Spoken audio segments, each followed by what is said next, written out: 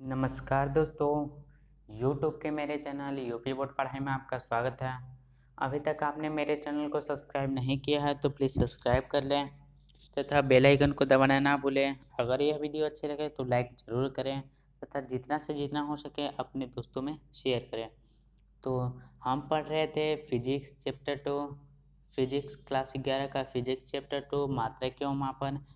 तो previous video में हमने बीमीय विश्लेषण के कुछ उपयोग पढ़े, जिसमें पहला था एक पत्ती के मात्रक को दूसरी पद्धति में बदलना, और जो दूसरा था वह था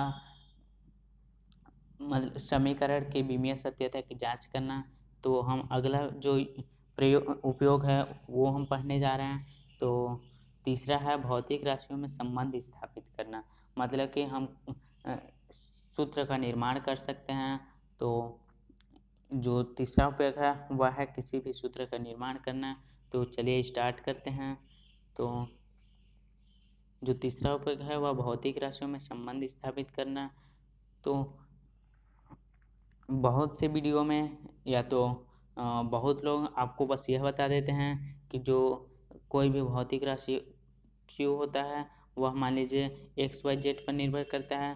तो के इंटू एक्स ए वाई बी तथा जेड सी, यह समीकरण से आप बीमीय सूत्र निकाल सकते हैं।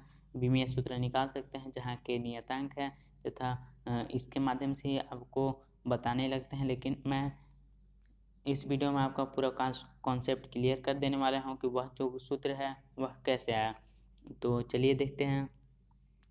यहाँ है, यदि किसी भौतिक राशि के बारे में ज्ञात हो कि वह किन किन भौतिक राशियों पर निर्भर करती है, मतलब कि अगर हमें ज्ञात होगा कि जो भौतिक राशि है वह किन किन राशियों पर निर्भर करती है, तो हम उन्हें संतुलन द्वारा संबंध स्थापित कर सकते हैं। मतलब कि उन्हें हम संतुलन द्वारा सूत्र का निर्माण कर सकते हैं। तो इसके लिए कंडीशन है कि हमें जानकारी होना चाहिए कि जो भौतिक राशि है वह किन किन भौतिक राशियों पर निर्भर करती है। तो यहाँ है, माना कि कोई भौतिक राशि क्यू अन्य भौतिक राशि एक्स वाई जेड पर निर्भर करती है।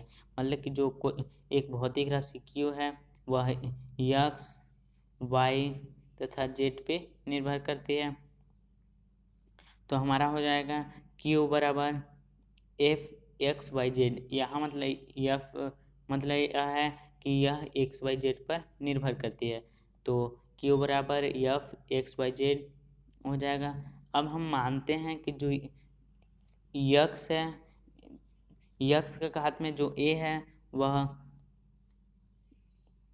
भौतिक राशि क्यू के अनुक्रमानुपाती होता है, और जो वाई भी है वह भौतिक राशि क्यू का अनुक्रमानुपाती होता है, तथा जो जेड सी है वह भौतिक राशि का अनुक्रमानुपाती होता है। मतलब कि जो क्यू हमारा हो जाएगा क्यू अनुक्रमानुपाती ए, क्यू अनुक्रमानुपाती बी तथा क्यू अनुक्रमानुपाती जेड सी। तो सॉरी, तो जो क्यू अनुक्रमानुपाती एक्स ए, क्यू अनुक्रमानुपाती वाई बी तथा क्यू अनुक्रमानुपाती जेड सी। तो अर्थात तो क्यू अनुक्रमानुपाती हो जाएगा, ये तीनों अनुक्रमानुपाती में हैं इसलिए इनको एक जगह लिखते हैं। तो क्यू अनुक्रमानुपाती एक्स ए वाई बी जेड सी। तो हमारा हो जाएगा, आपको पता है कि जब सॉरी दोस्तों, जब अनुक्रमानुपाती का चिन्ह हटाना होता है तो हम बराबर करके एक कांस्टेंट मान लेते हैं। तो क्यू बराबर के इंटू एक्स के हाथ में ए, वाई के हाथ में बी, जेड के हाथ में सी, जहाँ जो के है वह समानुपाती नियतांक है, मतलब अनुक्रमानुपाती नियतांक है। तो समीकरण 2 में हम एक्स वाई जेड की विमा लिखकर घात की तुलना करने पे हमें ए बी सी प्राप्त हो जाएगा। तो यहाँ आपको समझ में नहीं आया होगा, तो इसको हम उदाहरण के माध्यम से समझेंगे तो आपको पूरा कॉन्सेप्ट क्लियर हो जाएगा।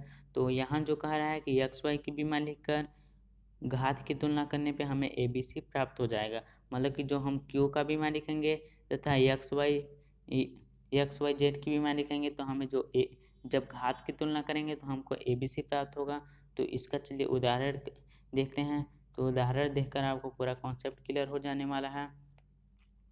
तो यहाँ है, माना किसी सरल लोलक का आवर्तकाल, उसकी लंबाई L, गुरुत्वीय त्वरण G तथा द्रव्यमान स्मॉल m पर निर्भर करता है। तो आवर्तकाल का सूत्र निगमित कीजिए। मतलब कि जो सरल लोलक का आवर्तकाल है वह किन किन राशियों पर निर्भर करता है, लंबाई पे, गुरुत्वीय त्वरण पे, द्रव्यमान पे। तो इसके लिए हमको एक सूत्र बनाना है। तो इसका हम हल देखते हैं। तो यहाँ है, माना जो T आवर्तकाल है यहाँ, तो T अनुक्रमानुपाती L का घात में A, G का घात में B तथा जो M का घात में C। तो T हमारा हो जाएगा T बराबर K into LA GB MC। तो हमारे यहाँ समीकरण 1 हो जाएगा, जहाँ K एक अनुक्रमानुपाती नियतांक है, जहाँ K एक समानुपाती की जगह पे अनुक्रमानुपाती होगा। तो अनुक्रमानुपाती नियतांक है। तो हम दोनों ओर की विमा लिख लेते हैं। तो जो हमारा Q है वह सरल लोलक का आवर्तकाल है, मतलब कि वह समय है, इसीलिए जो हमारा इसकी विमा होगी वह T होगी तथा K की विमा कुछ नहीं होगी, क्योंकि जो K है वह कांस्टेंट है और कांस्टेंट की कोई विमा नहीं होती है, क्योंकि कांस्टेंट एक संख्या होती है।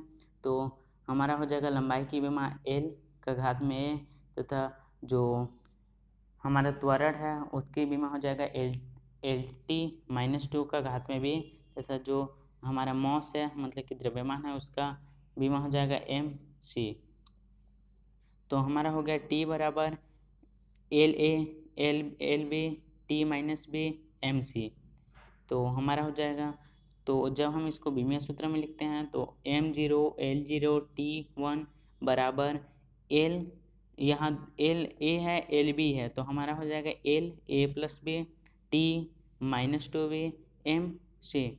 तो जब हम इसकी घात की तुलना करते हैं तो देखिए, इसमें भी M है, इसमें M है, इसमें भी L है, इसमें भी L है, इसमें भी T है और इसमें भी T है। तो जब घात की तुलना करते हैं, जैसे अगर हम M की घात की तुलना करें तो जो घात होती है वह बराबर हो जाती है। तो M0 बराबर MC है, तो हमारा C बराबर 0 हो जाएगा।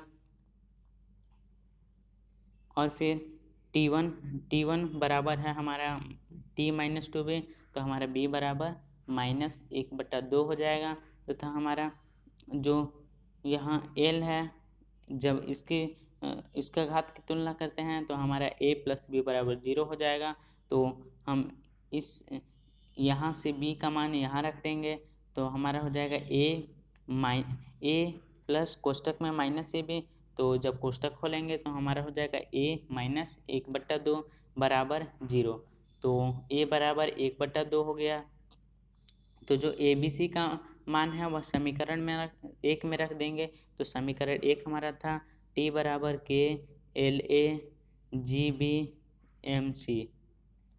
तो हमारा हो गया T बराबर K A का हमने मान निकाला 1/2, तो L के घात में 1/2 तथा G के घात में B, तो B का मान है -1/2, तो G का घात में -1/2 तथा जो C का मान है वह है 0, मतलब कि M का घात में 0। तो हमारा हो जाएगा T बराबर K। चूँकि L का घात में 1/2 है तो इसको हम कड़ी में L लिखते हैं, मतलब कि जो घात में 1/2 का मतलब करड़ी में 2 है, और जो G का घात में है -1/2 है, मतलब कि 1/G करड़ी में। माइनस का मतलब है कि G ये 1/2 में रहेगा और यह करड़ी में रहेगा।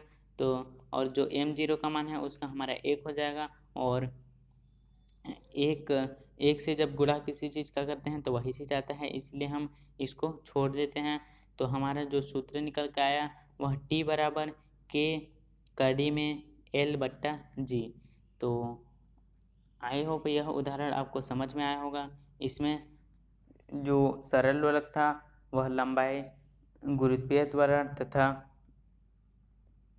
द्रव्यमान पर निर्भर करता था।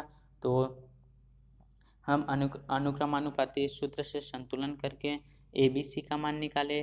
तो घात की तुलना करने पे ABC का मान निकालें, और जब ABC का मान निकाल के समीकरण 1 में रखें तो हमको T बराबर k/d में L/J प्राप्त हो गया। तो जो यह जो उपयोग है भौतिक राशि में संबंध स्थापित करना, वो उसमें हम केवल गुणा वाले सूत्र को निकाल सकते हैं। मतलब कि अगर हम यह सूत्र को निकालें v बराबर u प्लस at, तो इस उपयोग से मतलब इस उपयोग से इस सूत्र का निर्माण नहीं कर सकते हैं। इसके जगह पे हम संवेग बराबर संवेग P बराबर m भी निकाल सकते हैं या बल बराबर ma निकाल सकते हैं। मतलब कि हम गुणे वाले सूत्र को निकाल सकते हैं, हम प्लस या माइनस वाले सूत्र को नहीं निकाल सकते हैं। तो आई होप आपको यह वीडियो अच्छी लगी होगी। तो आज के लिए बस इतना है। अगले वीडियो में फिर मिलेंगे एक नए टॉपिक के साथ। तो अगर वीडियो अच्छी लगे तो लाइक ज़रूर कर दीजिए और जितना से जितना हो सके अपने दोस्तों में शेयर कर दीजिए। Thanks for watching the video.